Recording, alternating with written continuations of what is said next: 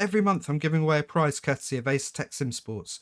This month we're giving away a pair of Acertech Sim Sports Invicta sim racing boots worth $100. Stick around to the end of the video to learn how to win.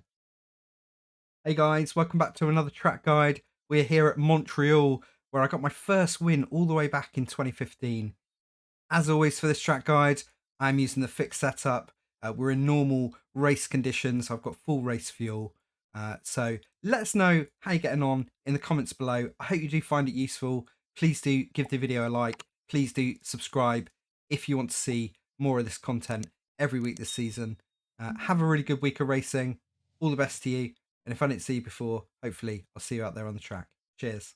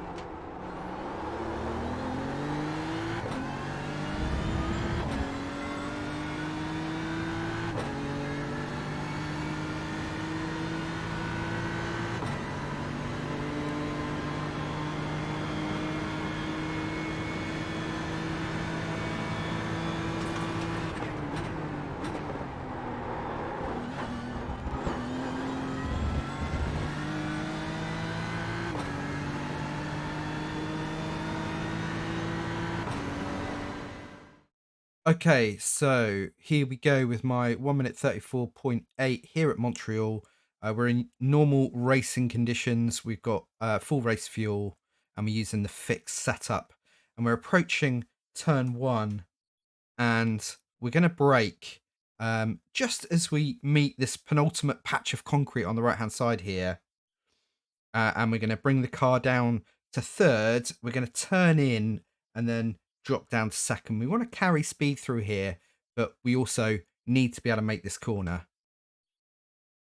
So just as these skid marks start, we're going to start our turning process. We're still heavy on the brakes. We're just coming out now. And we're down to second, and we want to get nice and tight here. Now, any more than this, you're going to get an off track. You have to be quite cautious here. It will upset the car a little. But the important thing is we don't come out too far over to the right. I've got myself a little bit of wiggle room here. And we're going to drop the car down to first for a little bit. Just to get that turn in.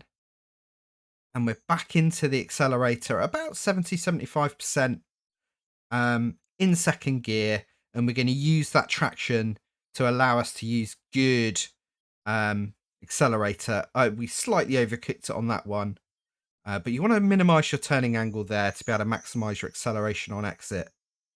So we're just coming up to this little patch of sand on the left-hand side of the track between the 2 and the 1 boards. And we're going to drop the car down to third. We're going to do some reasonably heavy braking. And we want to make sure we get a nice tight exit here. Again, very, very easy to get an off track, getting tight here. But I just scraped by.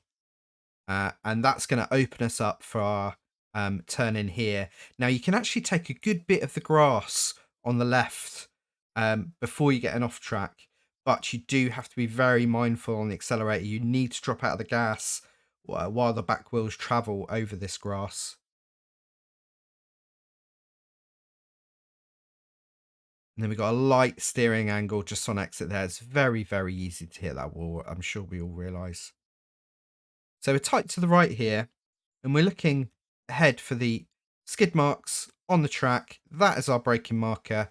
And you'll note that I'm braking out towards the outside of the track, and we're aiming to just miss where the grass cuts in. We're going to bring the car down to second. And then I'm keeping an eye on the curbing on the left, and I'm going to want to turn in hard in second gear, still just trailing out of the brakes here. And we want to ultimately be nice and tight on the curb at the end of the red patch of over track on the inside curb. And that's going to open up our entry into the right-hander coming up. So we're already into the accelerator. We're building up gradually, but notice how I drop out there as we take that curb. It's very, very important that we want to be tight to the end of this curb, because what that does is it really, really allows us to have as less a steering angle as possible to make the exit on this right-hander while applying heavy accelerator. It's incredibly greasy and slippy out here. The back end constantly wants to just be coming out. So by positioning ourselves like this, we allow ourselves to make this corner with the least steering angle possible, thus the most acceleration. So a little drop out there to make sure that curb doesn't upset our traction, and we're going to use all the exit there to make sure we maximize our drive out of that corner. So we're going to cut off this little kink of a right-hander, and then we're lining ourselves up to the two board. We actually want to start braking before it. There's a tiny little kink in the white line there where it straightens up on approach for the next complex. So that's what I use as my braking marker, and I'm going to bring the car all the way down to second gear. Now I use the end of the last kind of sandy bit here on the track in front of us as my turn in here. We've got to be really careful. It's so easy now to get off tracks here, much more so than it used to be. But as long as we don't take too much of the entry on the white sausage curb there, then we're okay. And it's the same with the second one. Notice how I'm tacking the second half of that sausage curb, and that's permissible here. And again, that's opened us up on exit here to be able to get back up to third gear very, very quickly and get a really good drive down to the slowest corner on the track. One of the tighter hairpins in iRacing, by no means the tightest, but it has a very, very saucy little kink on exit. So we're looking to the two board. Now, depending on how hot the track is for your session, you're going to want to brake either before the end of this concrete section before the grass starts, or just before the two board. But we're going to weigh down the anchors and brake incredibly heavily down to first. And we're going to hold the car out to the left for as long as we can to give us a nice wide turning circle. And now we're only just coming out of the brake now. We've trailed it heavily all the way in. And we're back on the gas at 70, 80%. And then once the car's a bit straighter, we can push it down to 100 and make that annoying kink on exit. Very devilish, that. So, going to keep the car to the right here just to create as straight a line as possible. And then we're coming to the bridge, and by no stretch of the imagination, the hardest section of the track, leading out onto the Wall of Champions. Now, after the three board, just before the hut, again, depending on the track temperature, you might want to move this around just a little bit. We're going to brake heavily down to third gear. And I'm focusing after the one board. There is this tiny, tiny little skid mark that intersects the white line. That is my notification to start my turn in. I need to start turning just before I reach that. It's incredibly easy to get the timing wrong on this corner. It's going to take a lot of repetition to get it right. We need to make sure we're not too early and we're not too late. Too early, we're going to get an off track here. Too late, we're not going to have enough room for the second curb. But we've created a relatively straight line for ourselves here between the two curbs, and that's what's important. The off tracks are unforgiving and frankly quite cruel here. But after that curb, we've gone up to 100% throttle for a very, very brief period of time. And then we drop out as we attack this curb just to make sure we can retain traction in the car. And then the ultimate goal is to miss this red and white section of wall and give ourselves a little bit more room on exit to be able to bring ourselves back onto track. Really horrible set of corners that.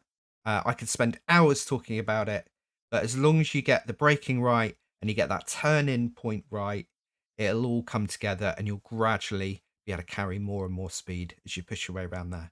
So I hope you found that track guide useful here for Montreal. Have a really great week of racing. Don't forget to like and subscribe if you want to see more of this kind of content in the future. And let us know how you're getting on in the comments below. I always like to hear how you're doing. Have a really great week, and I can't wait to be back for the next one. Cheers.